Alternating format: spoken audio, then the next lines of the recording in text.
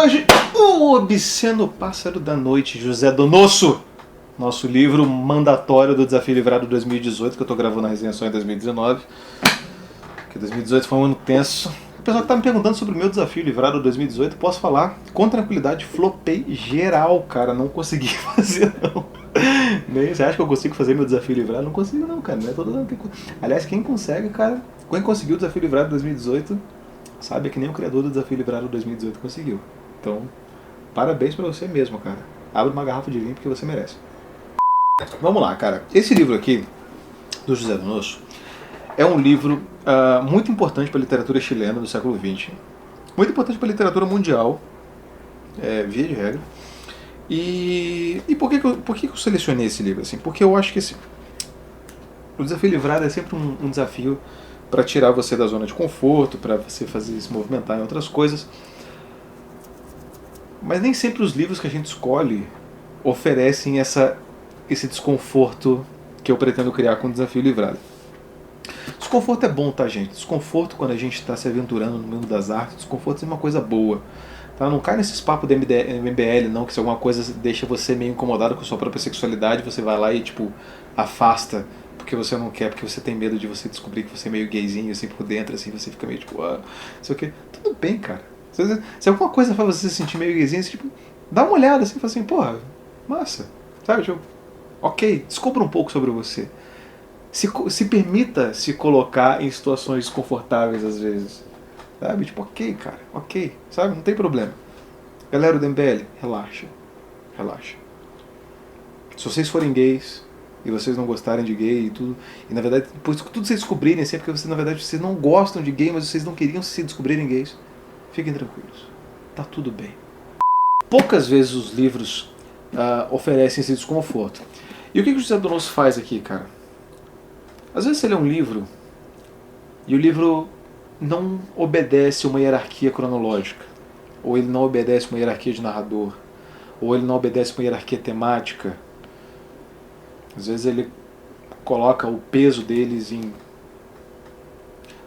distribui o peso igualitariamente entre todas as partes. Você fica bem sabendo, tipo, cadê o auge do livro, cadê o final, cadê o conflito, sabe? Um exemplo muito bom disso, por exemplo, é o Me Chame Pelo Seu Nome, né? Não li o livro, mas vi o filme, assim. O filme, as pessoas falam assim, mas cadê o conflito do filme? Não tem conflito.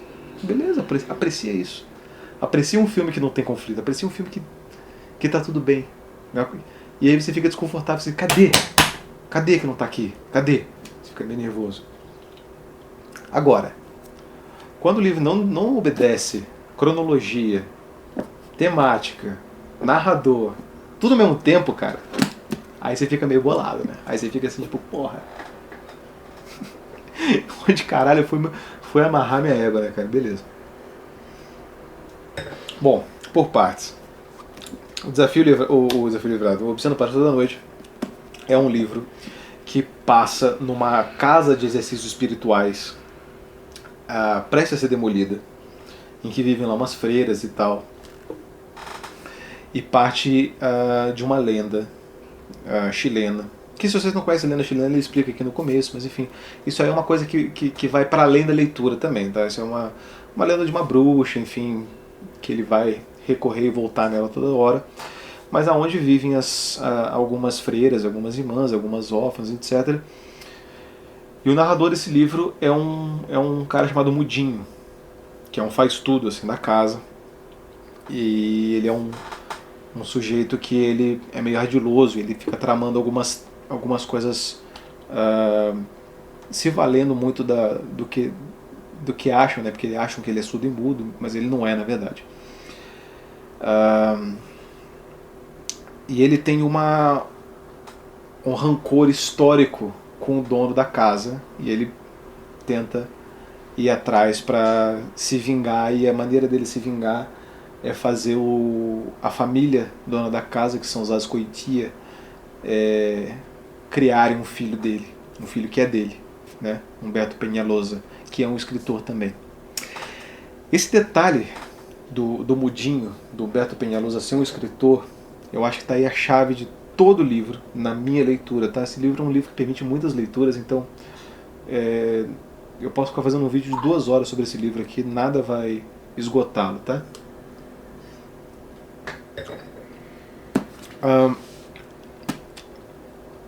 Ele primeiro faz todo um plano para que uma moça dessa casa engravide dele, achando que foi o figurão da família rica, que é a dona da casa, que foi na verdade quem engravidou. Ele faz acreditar que o filho é dele. O filho nasce deformado. E ele cria um mundo à parte, né? O pai, né? O patriarca da família rica, né? Que são os Ascoitia, ele cria um mundo à parte. Então ele cria toda uma cidade de pessoas deformadas. Então ele sai recrutando pessoas deformadas para tudo, para irem para lá assim, e viverem como se eles fossem, como se fosse normal ser deformado, né? Para o filho dele não crescer estigmatizado. E o Mudinho ia lá para cuidar de tudo. Então ele ia ser o monstro, porque ele era a única pessoa normal, e ele ia escrever a história dessa cidade, dessa criança. Vou parar a sinopse por aí, porque eu acho que aqui a gente já consegue fazer a minha explicação mais ou menos ok, sem precisar entrar muito mais na parte da loucura, que é a metade da segunda metade pro final, assim, que a parte fica muito louca. Então o Mudinho, ele é um cara que ele narra o livro, e uma hora ele está no presente, uma hora ele está no passado, uma hora ele está narrando mais para o futuro, uma hora ele se desloca e você acha que não é mais o narrador, que acha que tem mais de um narrador na história. Então às vezes ele é uma outra pessoa, às vezes ele é um cachorro, enfim, o cara tipo vai viajando na maionese, mas é tudo a mesma pessoa e ele está caminhando nesse tempo que é não linear. Perceba que eu acho que a grande sacada do Donoso, para além do dialogismo dele com as tradições do folclore chileno, que para ele é uma coisa muito importante, para a gente pode ser uma coisa secundária do livro, mas eu acho que talvez para o chileno seja uma coisa mais protagonista no romance, tá? Muito do que é o Mudinho e muito daquilo que ele faz, que ele é um escritor, tem a ver com o ofício de escritor. O Mudinho, ele é um cara que gera um monstro, né, no caso uma criança.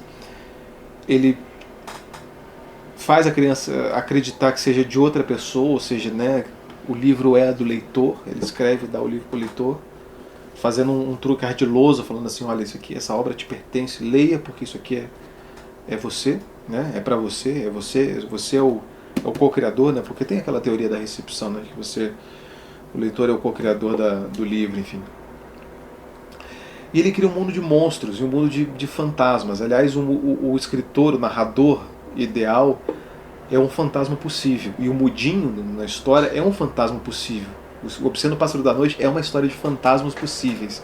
É uma história de espectros, um cara que tipo transita pelo tempo, pelo espaço, despercebido ou metamorfoseado. Então ele é uma pessoa, ele é mais uma entidade do que uma pessoa em si.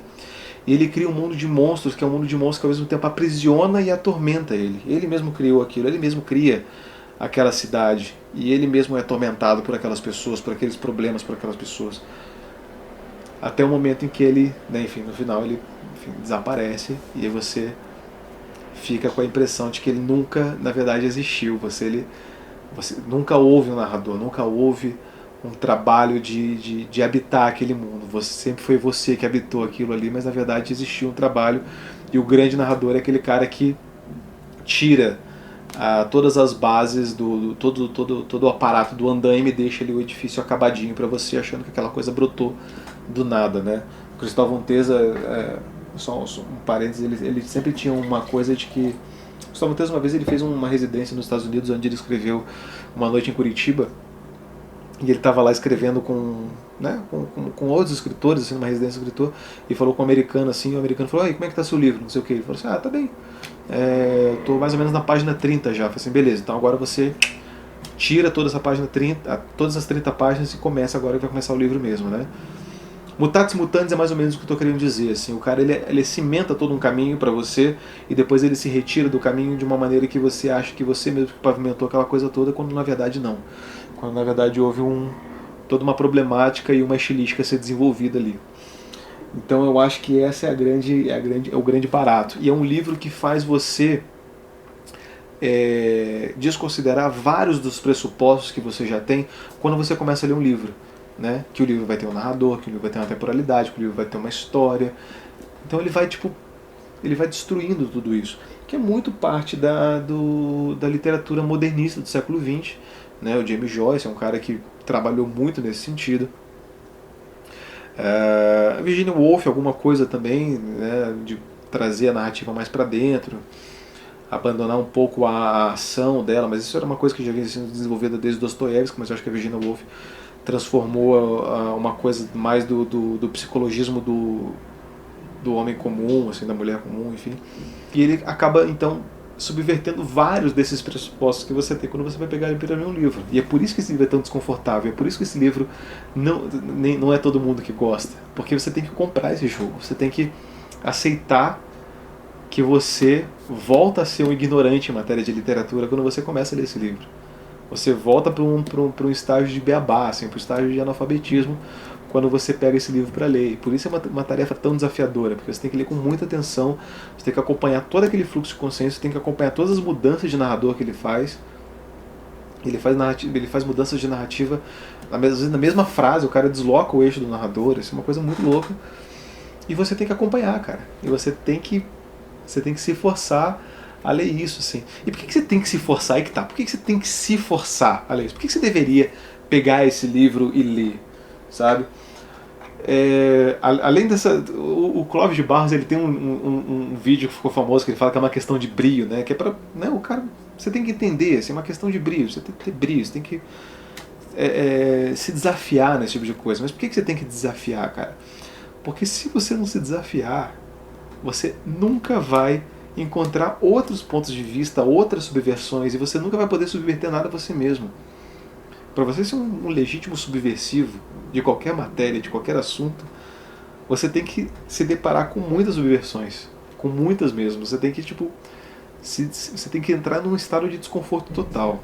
E eu acho que esse livro cumpre muito bem esse papel. Era mais ou menos isso que eu tinha para falar. Espero que vocês tenham gostado da resenha. Desculpa ela ter demorado tanto, eu realmente demorei mesmo para ler esse livro. Mas agora está aqui, está entregue, né? Beleza? Agora a gente vai para o nosso livro de 2019, que é o Almas Mortas do Gogol. Tá bom? Então é isso aí, galera. Se inscrevam no canal, digam aí o que vocês acharam do Obsceno Pássaro da Noite, diga aí se vocês concordam ou não com a minha análise, né? Então, estamos completamente abertos em relação a esse livro. Mas é isso, tá bom? Se inscreva no canal, dá um joinha, deixa um comentário, um abraço e tchau!